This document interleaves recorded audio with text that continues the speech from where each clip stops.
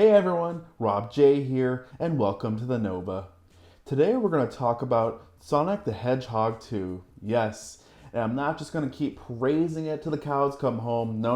I'm also going to talk about negatives with the game, because there are some negatives. I know in everyone's mind that this game is just perfect, the most amazing platformer that was ever made. Yes, in a sense, but there are some bad things about it. I'll just keep repeating that. But let's talk about the positives of this game. It's an amazing sequel to the first Sonic the Hedgehog. Sonic can go a lot faster, there's more levels, more creative bosses, more enemies. We're introduced to Tails, and yeah, and we can also be Sonic and Tails together, or we can just be Sonic, or we can just be Tails. It's an amazing game, yes. And there are some levels that I absolutely love, like the chemical plant zone. Everyone loves that, and everyone loves the music to that stage. I love the casino night zone, one of my favorites. And I also really like Mystic Cave Zone. Yeah, it's got a cool tune to it. It's got a creative layout to it. I like that one a lot. And the bosses aren't bad. They're challenging and they're fair. I will never say in this game that, oh, those bosses are so cheap, you can't beat them. Nope. Absolutely not. Every boss is fair, and every boss progresses really well. It's not like it goes from 0 to 100. No, it goes to 1 to 2 to 3 to 4. Like the difficulty scaling for these bosses is top notch. But I know a lot of people will say, well, Rob, you're not talking about the final bosses there in the Death Egg Zone. Well, obviously, yes. Or obviously, no, sorry. I'm not talking about them, but I will talk about them right now.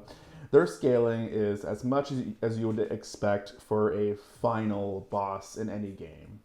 You gotta be perfect. And, it's a great ending to the game to take on these two bosses. You're taking on Mecha or Metal Sonic, and then you're taking on the Death Egg robot. I have done guides for both of these bosses, and I'm going to add some cards up there in the video so you can click on how to defeat them, because they are relatively easy to defeat. Even with Knuckles, yeah, that snap-on technology, where you could play Sonic the 2 as Knuckles. That's a pretty neat perk as well if you had both cartridges. But I suppose you can just download the game or emulate it. I don't know if the Sega Genesis Mini had the, has that. Oh my god, I'm like strapped for words here. Has that option. There we go. Has that option to play as Knuckles in Sonic 2. But aside from the positives of the game, let's talk about the negatives. The first negative I want to talk about is Sonic's speed with the level designs. Yes, you can go fast in this game with Sonic. He can go super fast, but there's always going to be some kind of obstacle hitting him. And that kind of sucks. I wanted to go through a level where I'm just like zooming through and doing these crazy jumps and hitting enemies, but you have to practice this game a lot in order to get that good. The first time playing this game, you're just going to be, oh, this is cool. I'm going to run fast. Oh, I hit some spikes. Oh, I hit a monkey bot. Oh, I hit an aquatic fish. That's what's going to happen. And it's going to be like, and it's going to make you backtrack in there, and it's going to make you feel like this is just a regular platform, because you're Sonic, you want to go fast, but you can't go fast. Like, you can go fast, but you can't go too fast. It's like, no. Sonic can go this fast, but he can't go too fast. And that's the name of the game. You just can't go that fast. And if you watch some pro players playing this game, they know all the ins and outs, and that's how Sonic should be going throughout this whole game, is that crazy fast. But you just can't unless you play this game again and again and again and again. And that's my number one negative with this game. And to be honest, that's my only negative with the game. And of course, Sonic's limited speed can also contribute to the level design. I do like some levels where it kind of caters to Sonic's speed, like the Chemical Plant Zone has those speed boosts little areas, and that level kind of showcases his speed, and why couldn't the rest of the levels do that? If you go to a level like, let's say, Hilltop Zone, it does not showcase his speed at all. It's so slow. And another example too is the Wing Fortress zone. Do you think you can speed through that level? Absolutely not. That level alone gives me so much anxiety because you can drop to your death at any time.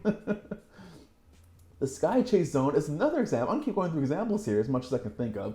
The Sky Chase Zone is another example of where you can't go too fast. You can, but you're just gonna get hit. But you can't fall. You can only die by getting hit, without any rings. So, but again, my main example as I'm ranting through this is that Sonic can go fast, but he can't go too fast. And I suppose Sega wanted to have Sonic have some obstacles because imagine playing this game or renting it back in the day, and then you just sped through all the levels, and you're just like, okay, that was boring. So I guess they had to add some obstacles in the game where you had to slow down a bit, but it would have been nice to, have it balanced with platforming, speed, platforming. In the first couple of stages, I feel they did cater to that, but then the later stages, they did not cater to that. It's really weird. I don't know why they chose to do that. It would have been cool to see Mystic Cave, where you got to be able to speed through it, and then, platform. I know it's one of my favorite stages. Because I like the music a lot and like the whole overall design, but it doesn't cater to Sonic's speed.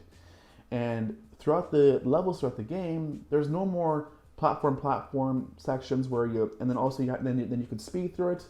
No. It kind of dies, I feel, after the Casino Night Zone. Yeah, because in the Casino Night Zone, you do have some sections where you can speed through.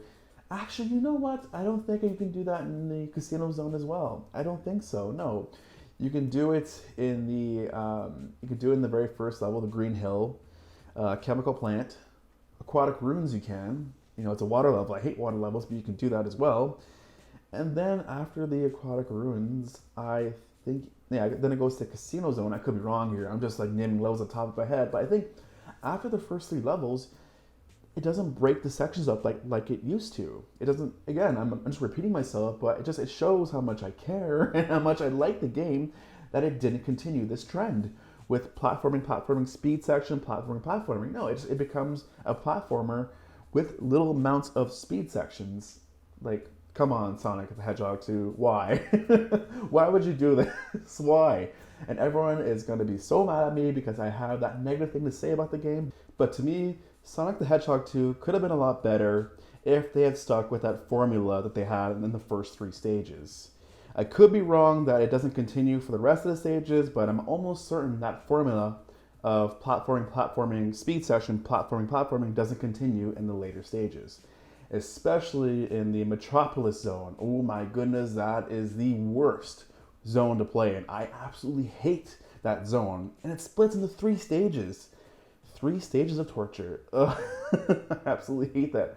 If I had to pick one of the worst stages in this game, it would have to be the Metropolis Zone. Yes. I don't like anything about that stage. I don't like the fact that you have to go on these little screws that kind of make you go up and down. I do not like those mechanical crabs. They seem to be impossible to hurt. I don't like those. I think they're praying mantises. Those mechanical praying mantises. I don't like them. I don't like them either. I also do not like the platforming in that level in general. I just absolutely hate that level zone. You know what I mean? I'm going to go back and forth between level and zone here, but that's the worst for me. And yeah, and the best zone, of course, is Mystical Cave because of the music, and I think the layout is pretty cool. But I might have to jump on the bandwagon here with everybody else because I feel everyone likes the Chemical Plant Zone, and I do too.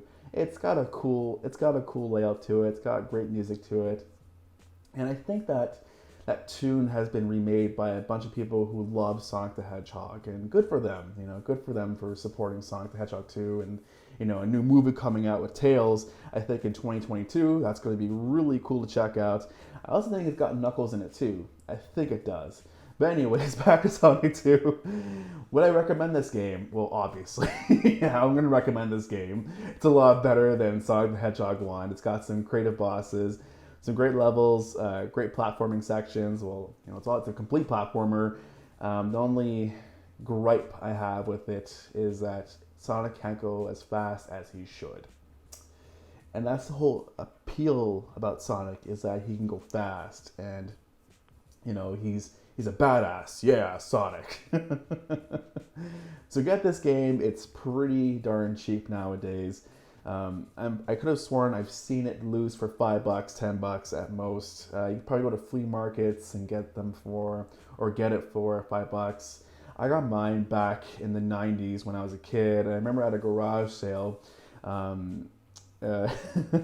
some people were selling games and they had like those stickers on them, right? And those stickers, the color of the stickers dictated the amount, how much you pay for those particular items. So I think Sonic the Hedgehog had a red sticker, which it was $10. So I'm like, oh, cool, mom, dad, let's buy this game.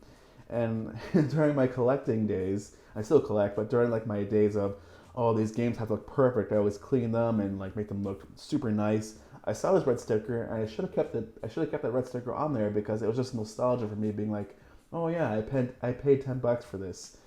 Don't know why I removed it. It was just me being a perfectionist.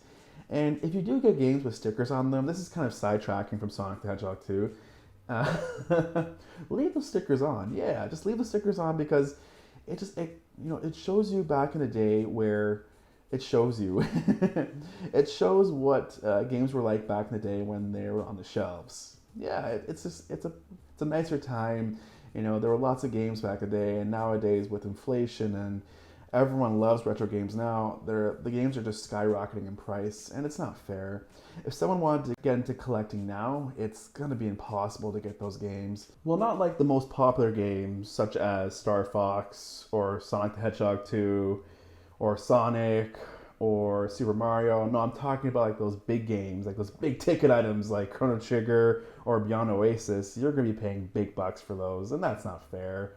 I know there's emulation out there and people are doing that, or they're buying the Sega Genesis Mini, which has all of those pre-packed games on there, especially the most expensive ones.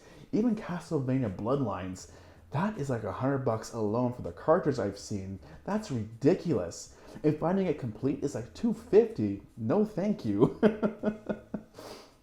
Anyways, thank you so much for watching. If you liked what you saw, please like, comment, and subscribe. I'm Rob J. Thank you for entering the Nova, and I'll see you next time. Take care.